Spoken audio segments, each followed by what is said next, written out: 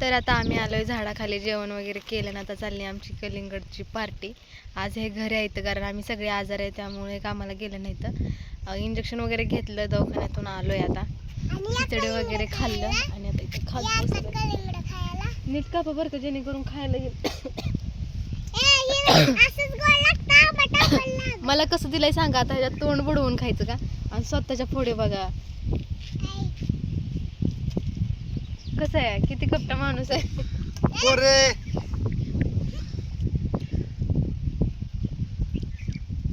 बोलो की मित्रांनो खायला या खायला.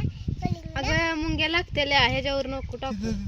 उगवून येते कसं काय मेंदू.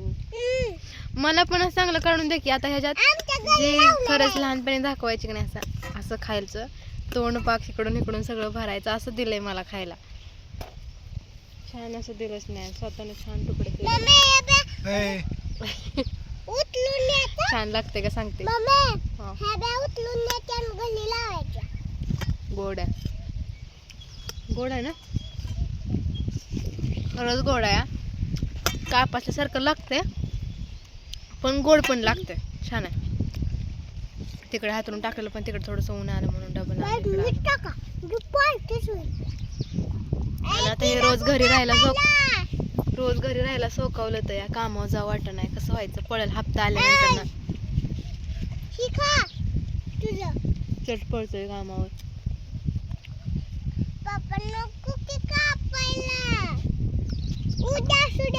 नवीन ह्यांना इंजेक्शन दिलंय, मला इंजेक्शन दिलंय, सोनूला वापरा दिलाय, औषध दिली. ती काळजी घ्या. उन्हाळा आहे म्हणून असं समजू नका की आजारी पडणार नाही. लय त्रास होतोय, साताय सगळीकडे, घसा, सर्दी, डोकं, हातपाय सगळं दुखतंय. तर सगळ्यांनी काळजी घ्या. थांबा जरा, ह्यांचं मोकळं दाखवते. भरपूर वेळ मी बोलली. काय बोलणार. घरी राहायला बरं वाटतं, कामावर जायला बरं वाटतं. देता एक काम सोडून,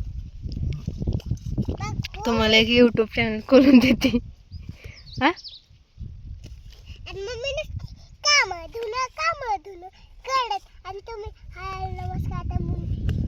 माझी बायको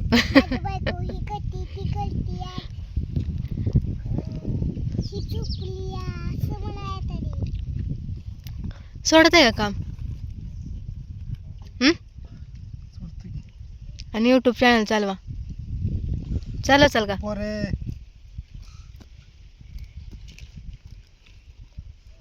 तर या कलिंगड खायला. अगं गपकी ग गपकी. आज आमचा उपास आहे, त्यामुळे कुत्र उपाशी मरलंय, त्याचा पण उपास घडलाय. भाकरीच नाही काय त्याला टाकायला बिकायला. कोण म्हणलं खाते ती. मला पटपट कमेंट करा, उपासाला कलिंगड खाते ती का. मला पण द्या, एकटं खाऊ नका. मी व्हिडिओ चालू केलाय म्हणून फायदा घेऊ नका त्याचा.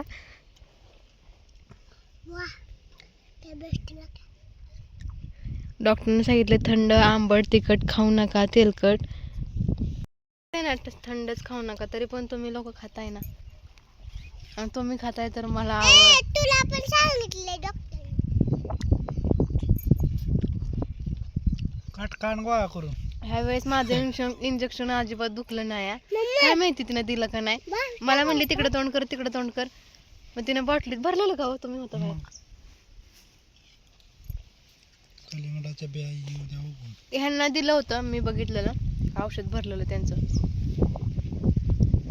मला असं नुसतं पिन टोचवलं म्हणजे झालं. मीठ टाकल्यावर चांगलं लागत नाही. खाऊ नको आम्ही खातो.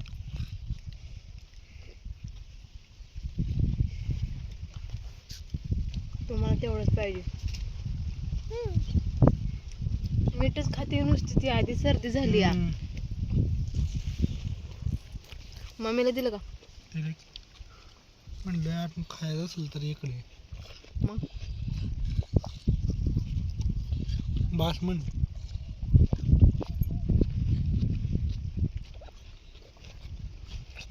लय ऊन लागतंय खतरनाक.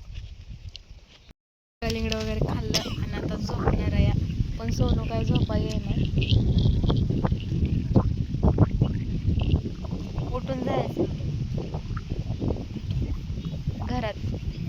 काय झोपायला येणार, तिला झोका बांधून दिलाय तर तिकडं मोबाईल घेऊन गेली ती.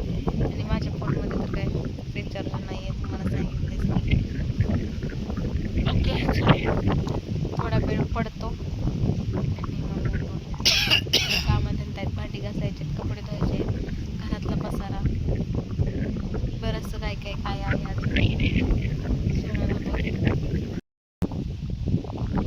अगं ये की ग, ये ना झोपायला. आ ऐकून पण घे नाही पोरगी, घ्या तिच्याकडनं फोन. होय म्हणजे ते पण झोपलं आपल्या सोबत. तिनं पण औषध पिलं या, तिला पण आराम नको का? मोबाईलच दिला नाही तिला, मी तिला अजिबात फोन देत नाही. काही पण उद्या काय पडू देत, काय पडू देत, मी तिला फोन देत नाही. फोनचं लाड इतकी आहारी जायला लागली ना ती फोनच्या की बासच. असं मोक्यावर चोक मारून किती आम्ही दोघं बोलायला लागलो पण आहे की आम्ही तिला सांगतो आम्ही दोघं बोलतो ना, तू मध्ये बोलू नको, तू म्हणतेस नको, ऐकू नको, तर मग मोबाईल घेऊन बसत्या. आता सुद्धा तिनं पटपट खाल्लं आणि आम्ही खास्तोपर्यंत जाऊन तिकडं बसले. बोलवा तिला झोपायला, झोपल ती पण. इकडे फोन लावायचा आहे, इकडे अगं इकडे फोन लावायचा आहे तर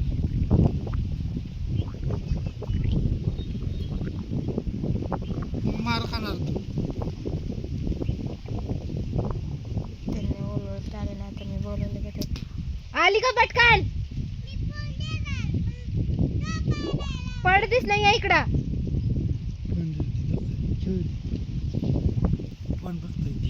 झोपलं तर संध्याकाळी तिला चांगली नंतर न खोकला येत नाही. आता दुपारी झोपत नाही, संध्याकाळची पण तिला झोप लागत नाही. तिला पित्त होईल का नाही होईल सांगा तुम्ही. इतकी झोपतीया म्हणजे सॉरी इतकी खोकतीया की झोपायला 12-1 वाजते ते, तिला झोप लागत नाही खोकल्यानं. असं डोकं खाली ठेवलं का नाही तिला खोकला येतोय. मग चांगल्यावाने सांगतोय आम्ही दुपारची झोप काढ, तुला पण आराम भेटेल डोळ्यांना. डोळं कसं झालं तर झोप, तिथे तंबून बसू नको, झोप खाली चल.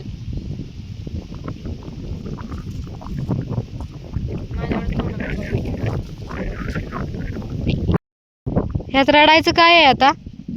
ती रडायला लागली. काय रडतीस? झोप की. मग औषध पिले ना बा, डॉक्टरने काय सांगितलं, औषध पिल्यानं झोपायला. आता आम्ही पण झोपणार आहे. तू पण अबा घेतलाय मी पण पप्पांकडनं फोन, झोप.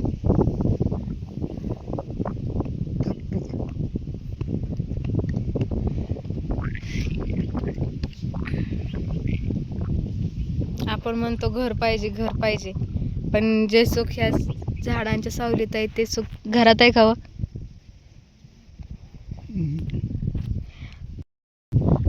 पावसाच्या टायमिंगला घर पाहिजे. हा पावसाच्या टायमिंग असं पण नाही की पावसाच्या टायमिंगला घर पाहिजे. आपण ती कोप बीप घालून राहतो की नाही तसं पण राहू शकतो आणि त्यात सगळ्यात जास्त समाधान भेटतं. किती भारी म्हणजे खरंच ती भारी वाटतं. लग्नाच्या आधी म्हणजे लहान असताना आमच्या घरी पण मेंढरं होती. म्हणजे सोनं एवढे असताना किंवा थोडंसं मोठं पहिलीपर्यंत धरा. हां तर आमच्या मोठ्या चुलत्यांची मेंढरं होती ना, तर मी पण जायची. ती मेंढरं घेऊन जातात का नाही तेव्हा मग भारी वाटायचं मला, घरी नको वाटायचं. मी त्यांच्यासोबतच असायची, माझ्या मोठ्या चुलत्यांसोबत रानात. मग ती लांब लांब जायची ना, मला काय वाटत नव्हतं. म्हणजे भारी वाटतं मला ती लाईफ, मस्त वाटते. म्हणून सोनूला पण तसल्या गोष्टी आवडतात. पण नाही खरंच माहिती आहे का, तिथं उन्हात राहिलेलं तरी वाटत नाही आपण उन्हात आहे. सगळी कामं करावं लागतात दिवसभर, पण घर नसतं तरी पण एखादं झाड बघायचं तिथं जसं झोपायला घेऊन यायचं, जेवण तिथंच घेऊन यायचं. 4-5 वाजले का जायचं, आपली कामं करायची राहिली असेल ती स्वयंपाकाला लागायचं. बाहेर बसूनच स्वयंपाक, म्हणजे असं वाटतच नाही की ते आपल्याला घर नाही दार नाही, आपण असं राहतो. आनंद वाटतो उलटा त्या गोष्टीत आपल्याला. आपण पण घ्यायची का मेंढरं? हां त्या दिवशी ना तुम्हाला सांगितलेलं आमच्या रानात पण मेंढरं बसायला आलेली. तर सोनू मला ना सांगत होती, बघ त्या मेंढरवाल्यांची नवऱ्यांची बायकोची भांडणं होती ती का, त्या बायका कधी रुसून जाते ते का, किती कामं करते त्या. म्हणजे ती मला सांगत होती म्हणजे मी रुसती, मी भांडणं करती, मला सांगत्या, माझ्या पोटाला जन्म घेऊन मला सांगत्या. आणि खरंच आहे, त्यांच्यात नाहीत भांडण होत. आजपर्यंत आपण कधी ऐकलंय का जे असतात ना मेंढरवाले, त्यांचे नवरा बायको असतात, त्यांचा कधी डिवोर्स झालाय, दोघं वेगळी झाली, ती किती कष्ट करावं लागतो, गुरावाने कष्ट करावं लागतं त्यांना. मोठ्या मोठ्या पाण्याच्या घागरी आणा लांबून, दिवसभर जळण हुडका, मेंढराच्या मागं जावा, येऊन स्वयंपाक करा. पण त्या कधी नवऱ्याकडे तक्रार करत नाही त्या, कारण त्यांच्याकडे असतं ना, करायची काय गरज आहे. एक मेंढी विकली तर 20-25 हजार रुपये कुठे गेलं नाही तर हे त्यांना माहीत असतं. पण काम असतं त्यांना, बरं खरंच काम असतं. झोपला? ओके चला, झोपतो आम्ही.